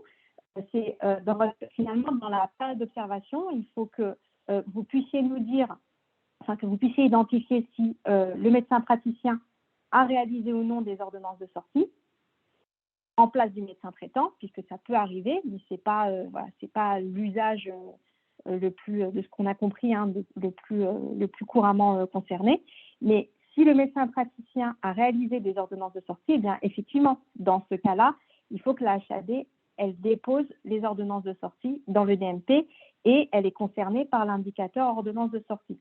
Si à l'inverse, la HAD, du fait que les médecins traitants ont réalisé les ordonnances de sortie pour les patients, eh bien, la HAD ne peut pas répondre à l'indicateur et du coup, il faudra qu'elle coche non applicable dans la fiche O6 et on demandera au HAD de s'engager sur l'honneur sur le fait qu'elles n'ont effectivement pas réalisé d'ordonnance de sortie pendant la période d'observation de l'indicateur. Voilà, je ne sais pas si c'est plus clair. Oui, c'est très clair. Merci beaucoup. Oui, bonjour, moi j'ai une autre question en fait. Dans notre établissement, nous avons une moyenne d'âge en fait assez élevée sur les patients et la problématique c'est que l'INS qualifiée donc est souvent voire impossible parce que les gens n'ont plus leur papier parce qu'ils sont âgés et voilà, la carte d'identité, les livres de famille parfois ça n'existe plus et donc du coup quid du DMP quoi. Et en plus, quid même du DMP pour ces gens-là, puisqu'ils sont âgés, donc clairement, ils n'ont pas d'informatique. Comment on comptabilise de notre côté ces problèmes et pour justement arriver aux objectifs du CNES? En tout cas, si l'INS n'est pas qualifié, je ne vais pas vraiment répondre à votre question-là, hein, je ne peux pas là résoudre le problème, mais si l'INS n'est pas qualifié, je vous confirme que ça ne peut pas être considéré comme des documents comptabilisés dans les cibles. Donc, si en fait, vous n'avez pas les moyens de qualifier l'identité des patients, en fait, je ne sais pas, après, peut-être qu'il y a des choses à voir en termes d'identité-vigilance, de ce que vous pouvez faire, et je ne suis pas la mieux calée, il faudrait peut-être qu'on vous rapproche de l'équipe ANS sur ces sujets d'identité qualifiée, mais en tout cas, de toute façon, moi je parle uniquement... qualifiée, il faut une carte d'identité, un passeport, voilà, les personnes dont on a la charge, ces papiers-là n'existent plus ou sont périmés, c'est surtout ça, et ils ne vont pas refaire les papiers. Donc nous, on a un souci de ce côté-là, et de l'autre côté, alors hors INS qualifié, parce qu'on arrive quand même à qualifier des INS, hein, on n'a pas non plus 0% d'INS qualifié, mais pour le DMP, par exemple, sur ces personnes de cet âge-là, comment ça se passe? C'est-à-dire, le DMP, c'est pas eux qui vont l'ouvrir. Alors, j'ai compris que maintenant, Mon Espace Santé, c'était ouvert pour tout le monde obligatoirement. C'est ça? Oui, c'est ça. Alors, sauf à ce que la personne s'oppose en fait à l'ouverture de Mon Espace Santé, c'est le système qu'on appelle opt-out, c'est-à-dire que s'il n'y a pas d'opposition formelle, Mon Espace Santé est ouvert automatiquement et donc de ce fait le DMP, puisque le DMP est une brique incluse dans Mon Espace Santé. D'accord. Et donc en fait on va alimenter un DMP que ces personnes-là n'iront jamais voir. Alors elles n'iront peut-être pas voir elles, mais en tout cas les professionnels de santé qui se chargent d'elles auront la possibilité de consulter ces documents. Donc de ce point de vue, ça a quand même un sens puisque ça participe à la coordination des soins entre professionnels qui s'occupent du patient en question. D'accord. Et sur vos sujets d'INS, je prends en point le note. Hein, je suis pas suffisamment calée pour vous répondre sur la partie, mais je pense que dans le référentiel national d'identité-vigilance, je crois qu'il y a des fiches pratiques sur justement les difficultés à disposer de papier. Je me demande s'ils n'ont pas proposé des procédures adaptées pour le type de problème que vous rencontrez. Il faudrait que vous alliez regarder dans les fiches pratiques du RNIV. Excusez-moi. Là, on est en plein dedans, donc j'avoue que sur ces parties-là, orientées plutôt personnes âgées, on n'a pas trop de réponses en fait. D'accord. Je ne sais pas si je peux intervenir, vous m'entendez, non? Oui. Je suis Gouy, je suis référente régionale sur l'INS en Pays de la Loire. Je ne sais pas de quelle région vous êtes, mais Pays de la Loire. Bon, écoutez, je pense qu'on peut prendre contact par la suite si vous voulez. Je vais mettre mes coordonnées. Voilà, puisqu'on peut, alors déjà, juste pour donner une info, on peut valider une identité même avec une pièce d'identité périmée. Ça, c'est accepté dans le RNIV. Et puis après, il faut qu'on puisse effectivement creuser sur les difficultés que vous rencontrez. Donc, je vous mets mes coordonnées dans le chat et puis je vous propose qu'on reprend contact par la suite. Parfait, je vous remercie. Je vous en prie. Bon, parfait. On fait des échanges croisés comme ça, c'est top. Est-ce qu'il y a d'autres questions? Et puis, on en prend encore une et puis après, on passe à la suite. Il est 28, Inès. Ouais. Ah oui. Vas-y. Bon, écoutez, merci beaucoup. J'avais juste une petite question. Ouais. Oui. Bon. J'avais des questions. C'est très rapide. Par rapport à la qualification INS, j'en conclus donc que la carte vitale n'est pas obligatoire. On se base uniquement sur la pièce d'identité. On ne doit surtout pas utiliser la carte vitale. On est d'accord. OK. Oui. Alors voilà, tout est bien explicité, je rappelle, dans le RNIV, donc c'est assez robuste, on est d'accord, comme document, mais vraiment toutes les bonnes pratiques en matière d'identitovigilance et notamment le support sur les documents nationaux sur lesquels vous devez vous référer pour l'INS qualifié sont tous bien explicités dans le RNIV. Et c'est d'ailleurs pour ça qu'on l'a introduit comme prérequis dans SUNES. Je laisse du coup Clara peut-être poursuivre et puis vos questions, on les archive et on vous apportera une réponse dans la FAQ. Oui, tout à fait. Alors, en quelques secondes, parce qu'on a déjà quand même évoqué ce sujet, mais le calendrier du programme, on a évoqué qu'il y avait des périodes de candidature, d'instruction de ces candidatures par les ARS, ensuite des périodes, des fenêtres de mesures de financement d'atteinte des cibles, et on a aussi évoqué tout à l'heure la période d'observation de 1 mois calendaire pour tous les indicateurs qui sont donc quantitatifs. Et l'établissement donc renseigne dans l'Observatoire des systèmes d'information de santé son mois d'observation de l'indicateur au moment où il va aussi donc justifier de l'atteinte des cibles dans cette fiche OSIS. Donc je crois qu'on a quand même déjà un peu évoqué le fait que là, pour ceux qui sont impliqués dans le programme et qui ont été retenus pour la première fenêtre, donc de janvier à juin, il est possible donc il n'est pas possible de déclarer du 15 avril au 15 mai, c'est l'exemple qu'on met après. Par contre, bien du 1er au 31 mai ou du 1er au 30 juin, et que derrière, vous pouvez avoir quelques jours, début juillet, déposer dans OSIS vos éléments de preuve. Voilà. Donc, vous pouvez changer si vous voulez déclarer en avril ou plutôt en mai ou plutôt en juin, puisque c'est les mois qui restent. Et pareil pour la deuxième période, la fenêtre 2 du programme SUNES. Voilà. Oui, Inès? Oui, j'insiste, excuse-moi Clara, même si on déborde un petit peu, je pense que c'est quand même utile. J'insiste sur le fait, parce qu'on nous a posé beaucoup la question, donc on est vraiment sur des mois pleins. C'est pas qu'on n'aurait pas voulu faire autrement. C'est simplement que, en fait, si on veut challenger vos déclaratifs avec les stats de la CNAM, il faut s'aligner en fait sur la logique de calcul de la CNAM, et la CNAM en fait est capable de nous délivrer les statistiques exclusivement sur des mois pleins, donc du 1er au 30 ou du 1er au 31. Voilà pourquoi on vous demande de choisir une période d'observation sur un mois plein, et typiquement vous ne pourrez pas proposer du 15 avril au 15 mai. Initialement, on pensait qu'on pouvait le faire, mais bon, pour se raccorder avec les stats de la CNAM, on doit choisir une période de mois plein. Et l'autre sujet, c'est que si, par exemple, vous aviez prévu d'atteindre les cibles d'usage au 30 avril et que finalement, vous vous rendez compte que c'est trop juste, que vous voulez les atteindre au 30 juin, bien entendu, vous avez droit, vous ne subirez pas de dégressivité dans la mesure où vous restez dans la temporalité de la première fenêtre de financement pour laquelle la date ultime d'atteinte des cibles d'usage est le 30 juin. Donc voilà, si vous avez déclaré dans le formulaire de candidature atteinte au 30 avril, mais que finalement vous voulez passer au 30 juin, vous avez la possibilité de la faire, la règle étant de ne pas dépasser le 30 juin, qui est la date qui clôt la première fenêtre de financement. Effectivement, donc derrière, il y a je crois que juste derrière Inès, tu présentes justement les fiches OSIS qui permettent aux établissements de déclarer avoir bien atteint les cibles. Et derrière, c'est les ARS qui ont accès à ces fiches et constate de l'atteinte de ces cibles par les établissements, donc avec les informations saisies par les établissements et le document de statistiques d'alimentation du DMP qui se base donc sur les données fournies par la CNAM, par les types de documents.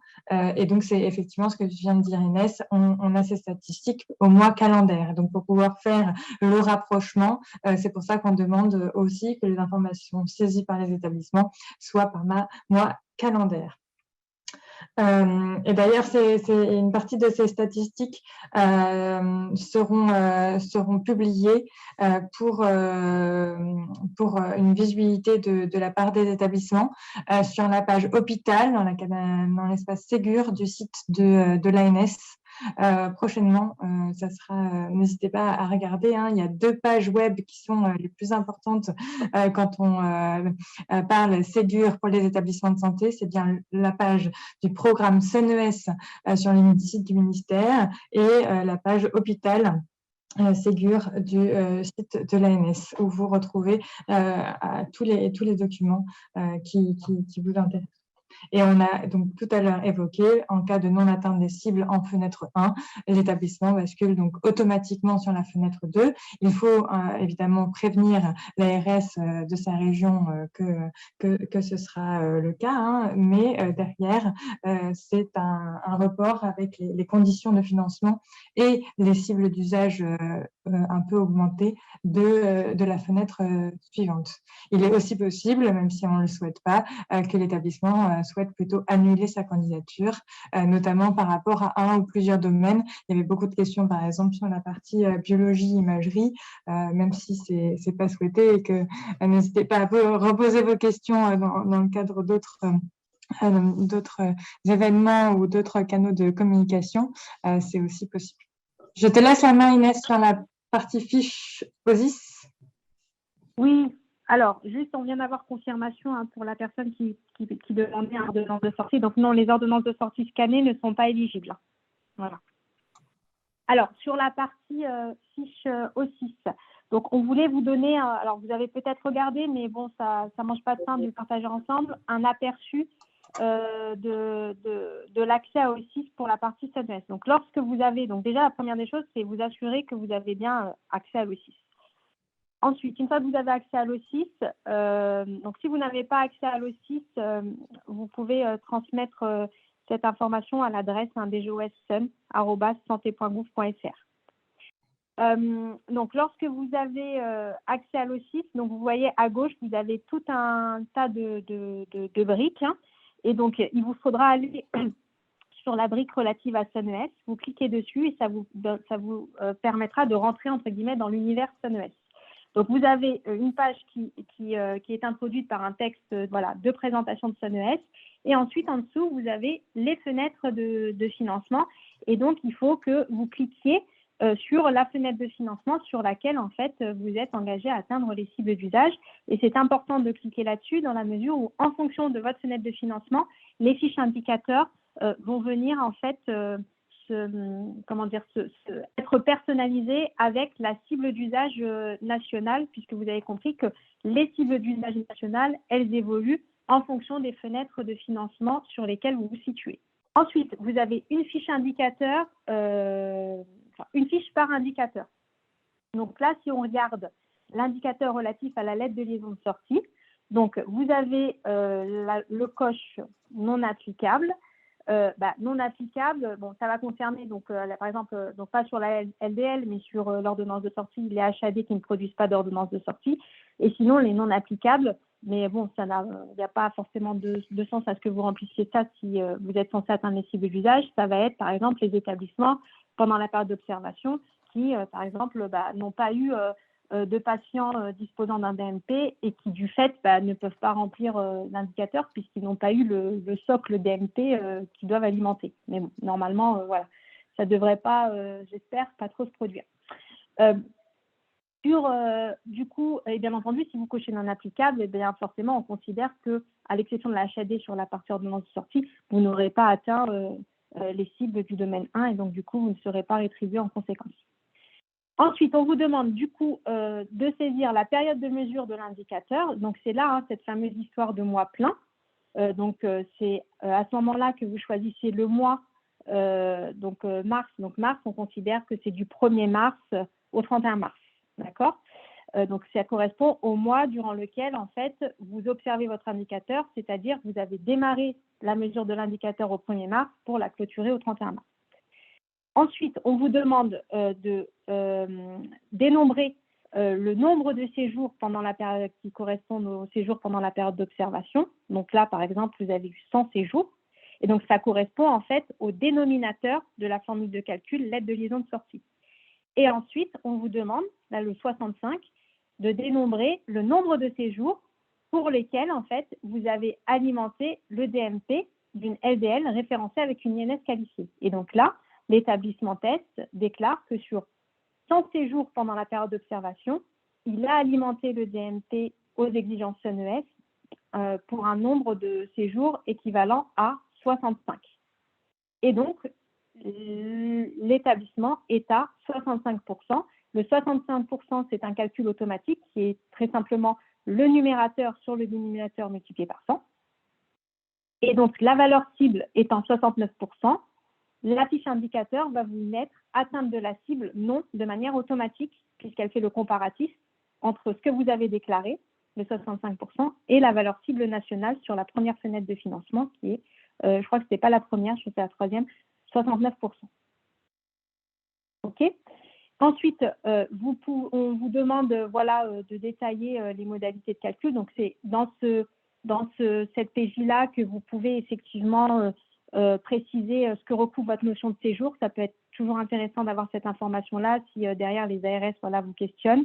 Donc, voilà, n'hésitez pas à, entre guillemets, documenter la manière dont vous avez calculé, dont vous avez récupéré vos numérateurs et vos dénominateurs. Et ensuite, vous n'avez, entre guillemets, qu'à saisir ça, c'est-à-dire la période d'observation, le numérateur, le dénominateur et joindre les documents qui documentent la manière dont vous avez récupéré les données dans votre récit. Le reste, ce ne sont pas des données qui sont saisies par l'établissement, ce sont des données qui seront alimentées automatiquement par les statistiques de la CNAM. Donc, de manière mensuelle, on est en train de construire, en fait, on a un fichier national et on est en train de construire l'import qui va nous permettre d'importer les données du fichier national dans votre fiche aussi. Et donc là, ça sera la période de mesure par le national. Donc, on va faire en sorte, en fait, indépendamment de vos saisies, d'alimenter votre fiche de manière mensuelle. Et donc, la CNAM nous fournira les données d'alimentation du DMP de votre établissement. Et donc, on sera capable d'identifier par mois le nombre de documents typés que vous avez déposés dans le DMP. Donc, nombre de LDL, nombre d'ordonnances de sortie, nombre de CRO, nombre de comptes rendus d'examen de bio au format CDR de niveau 3 et le nombre de comptes rendus d'imagerie. Voilà. Et donc, de manière parallèle, en effet miroir de la saisie établissement, on aura également le national qui vous fournira sa vision de votre cible. Et donc, effectivement, pour cela, on prendra en numérateur les chiffres de la CNAM et par contre, on se basera sur le dénominateur que vous aurez déclaré dans la fiche O6. Et donc, c'est le numérateur de la CNAM sur le dénominateur déclaré par l'établissement x100 qui permettra de nous donner votre chiffre national, le chiffre national. Tout cela est bien explicité dans le guide des indicateurs d'usage, mais ça pour vous dire, parce qu'on a eu déjà des établissements, c'est normal si vous n'avez pas la main sur les 3 derniers champs de la fiche, puisque ce sont des champs qui sont dédiés à l'alimentation par le national pour challenger, entre guillemets, le déclaratif établissement. Effectivement, il y a une personne qui nous rappelle qu'on dépasse le timing, mais néanmoins, je pense qu'on a pu aussi laisser s'exprimer un certain nombre de personnes. Il y a eu beaucoup de questions. ce qui est à la fois très bien, démontre de votre intérêt, et en même temps, voilà, donc on va voir comment on peut à la fois y répondre dans les différents documents et que je vous ai remis dans le chat, notamment tous les éléments que vous retrouverez dans la page dédiée du programme SUNES, où vous retrouverez donc le guide des prérequis, le guide des indicateurs, qui est quand même très... on essaye en tout cas qu'il soit le plus complet possible, qui sera encore enrichi au fur et à mesure. Il y a la FAQ et donc, comme le disait aussi Inès, s'il y a des soucis, c'est ça, sur la partie OSIS que vous ne retrouvez pas, vous pouvez aussi vous adresser justement aux personnes compétentes. Voilà. Donc, il nous reste deux derniers points. Je vais essayer de les faire à la fois rapidement, mais ça va être difficile. Mais on vous a déjà parlé. Donc, premier point, la présentation, le fichier de publication des données d'alimentation du DMP dont vient de vous parler Inès et moi tout à l'heure, qui sera donc mis sur le site de l'ANS sur la page hôpital que vous voyez ici. Ce n'est pas la dernière version que là on a mis, mais parce qu'on continue à y travailler, mais ça sera prochainement disponible.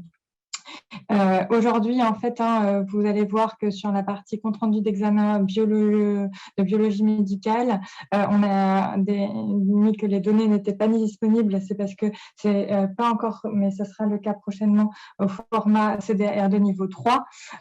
Et comme le rappelait d'ailleurs aussi Dominique Pierre dans le chat, il est tout à fait possible pour tous les établissements d'avoir un accès aux statistiques de la CNAM quand vous demandez à vos caisses régionales d'assurance maladie. Voilà, donc n'hésitez pas, même si ce document est un petit peu différent, mais vous avez aussi cette possibilité-là. Voilà, sur la partie alimentation du DMP dans la partie de l'historique, c'est un gros sujet où je pense qu'il y aura beaucoup de questions. Donc, c'est simplement une introduction que je vais faire enfin, donc introduction-conclusion, juste pour vous mettre en visibilité ce sujet-là et que les personnes qui sont intéressées pourront aller voir le document dédié, le guide dédié sur toujours la page du programme SUNES et nous contacter si vous avez des questions.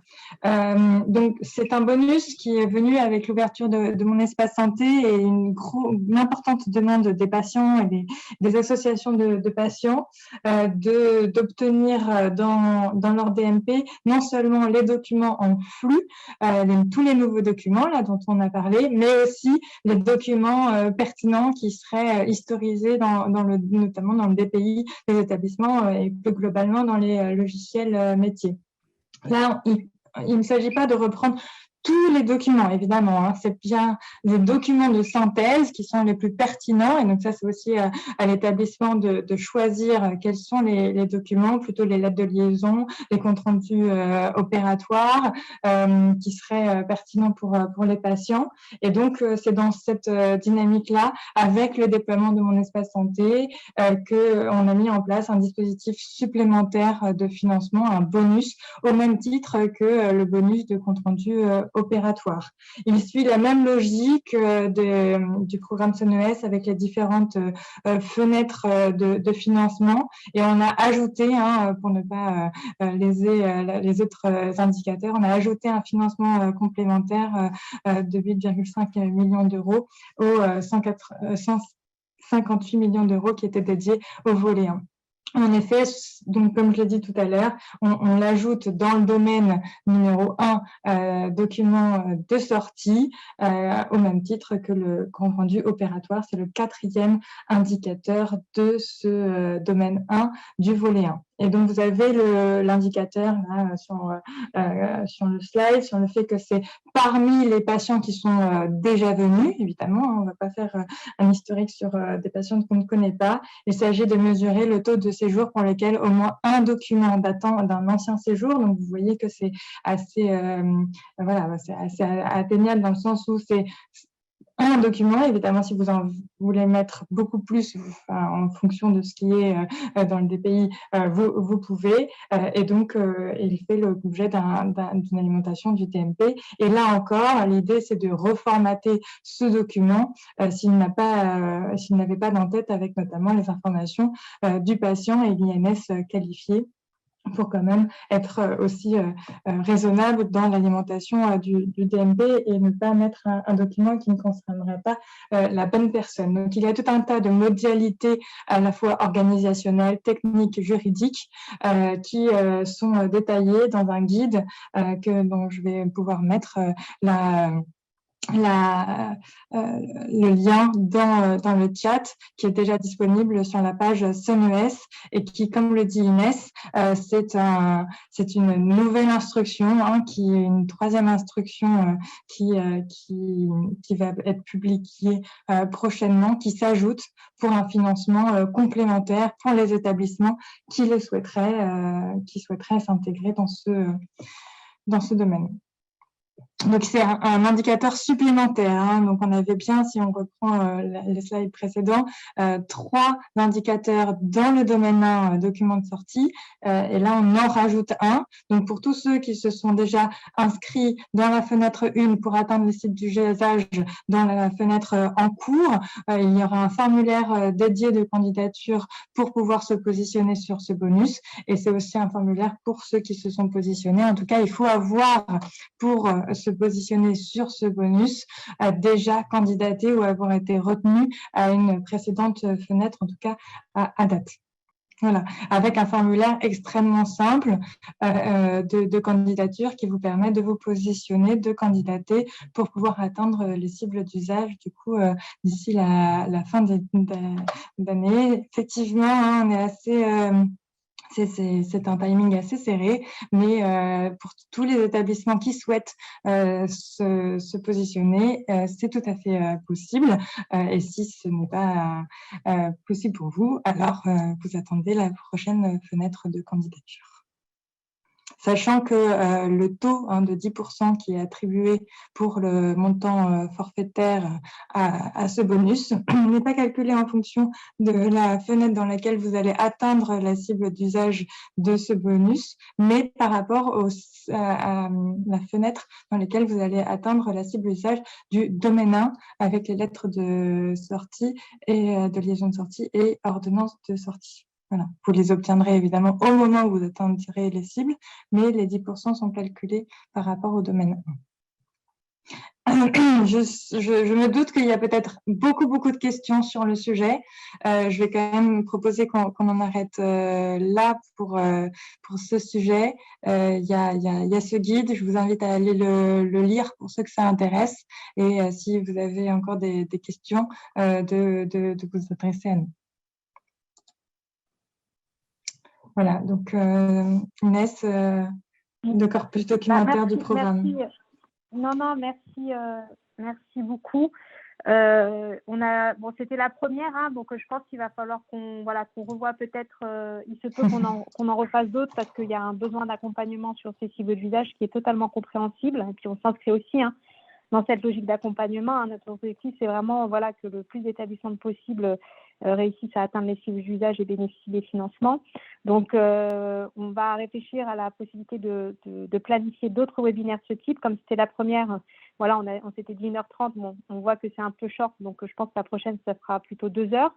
En tout cas, on voulait vous remercier collectivement pour votre mobilisation sur SunES. On sait que ce n'est pas forcément simple tous les jours, parce que par ailleurs, il y a aussi d'autres programmes à conduire en établissement. Donc, merci encore pour votre mobilisation.